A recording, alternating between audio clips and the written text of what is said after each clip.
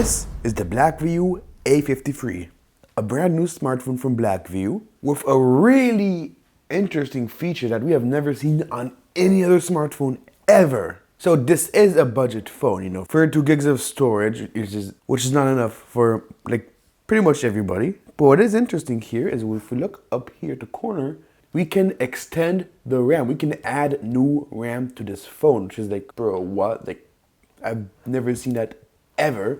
I wonder if this is going to become mainstream where you can just upgrade our RAM if you need more RAM, and if not, if you don't need more RAM, you just don't upgrade it.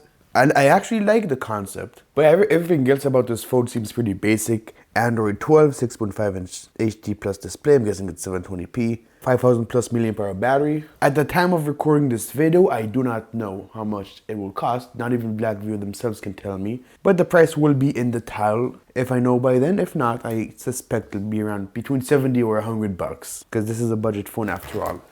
All right, let's open this up. Oh, yep, this looks pretty much like all the other phones. All right, take out the case. First impressions. Okay, color, polar night. They know I like the black colors. Good. All right, phones feel decent. I mean, it feels plasticky because it is a cheap phone, which is, understandable. Feels decent in the hand. In the box, I have a SIM ejector tool, USB Type-C, very nice, and our charging brick. Okay, cool. Before everything, let's actually see where you upgrade.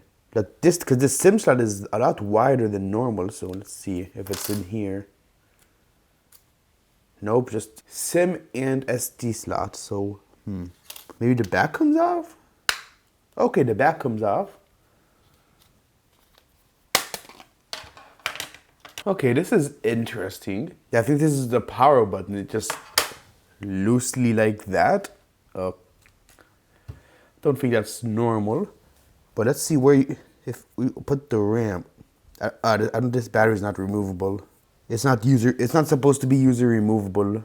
All right, so I'm looking. I can't find anywhere where I could stick extra RAM, and there's nowhere online to look it up because this phone isn't released yet at the time of making this video. So I'm just gonna leave it and make I'm either gonna comment down below what I found out or make a whole separate video if necessary. So we're gonna put this back on. Okay, so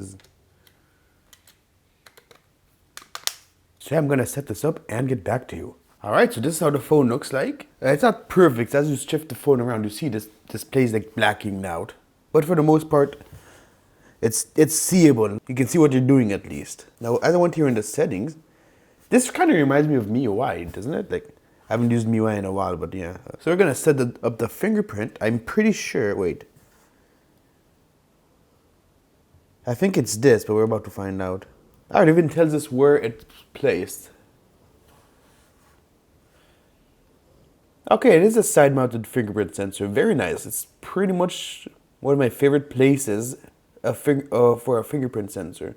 All right, we also have a face unlock. So let's go ahead and do that.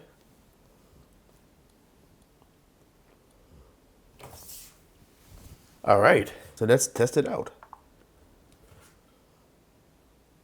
It is not detecting my face even when I bring my phone into a normal position. Let's test the fingerprint sensor. Not bad.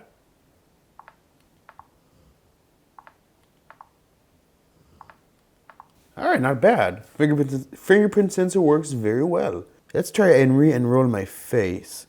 Wait, that's fingerprint. Oops. Almost made a mistake there. We're gonna try setting up face unlock one more time because it was pretty dark on the camera. So I'm gonna go to a better lit area. Hold on. All right, so I just went outside really quick and my face was a lot more visible. So let's test it now. Nope. Okay, it worked once. Let's try again. I have to bring the phone close up, sorry. Okay, even going back outside, it still doesn't want to detect my face. So face unlock, yeah, it doesn't really work on this phone. We're gonna test two light games, Knife It and Wind Rider. So let's start with Knife It. Budget phones usually struggle with knife fit because a game like this you need perfect precision with zero lag. Because if you have any type of lag, it could really affect your performance. Let's restore purchases so we can now play without ads because the ads really take a toll on this game. Alright, I'm not seeing any lag, just like some slight frame drops. So for the most part it is playable. It's just not really ideal to play on a phone like this because it's not really smooth. Wind Rider. Okay, Wind Rider is kind of exceeding my expectations. I thought it was going to be a lot more lagger. But turns out... Oh, that was a freeze there. Okay, but yeah. Yeah, apart from those random freezes, Wind Rider runs pretty well.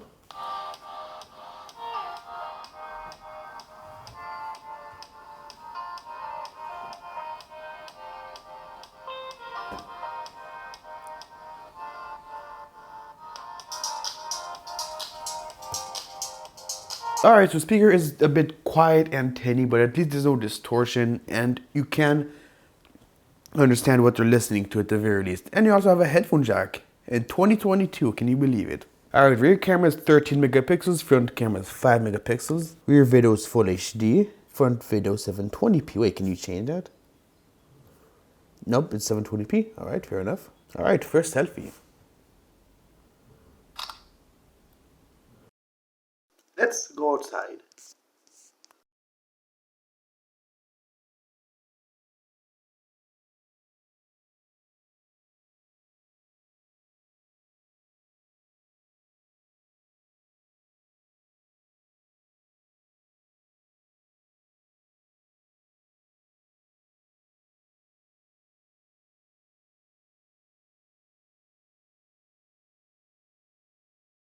Rear facing video on the Blackview A52.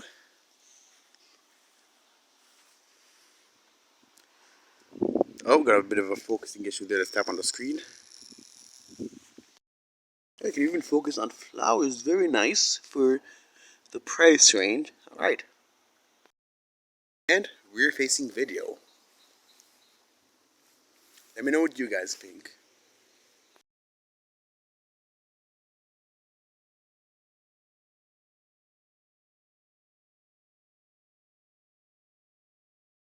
Alright, so that is pretty much it. So should you buy this phone? If you can find it for a good price, like I'm guessing it's gonna cost between 70 and 100 bucks. Like me personally, I wouldn't pay 100 bucks, I would pay like maybe 70, 80 dollars or let's say 90 bucks max. So it does work. Like if you want, you could buy this like as a secondary phone, like a work phone if you're not going to install many apps on it or do much with it. So in that sense, this phone is a good choice. But if you want to use it as a main phone, you know, like an ultra budget, it could also work. Just know you're going to be very limited in the things you can do.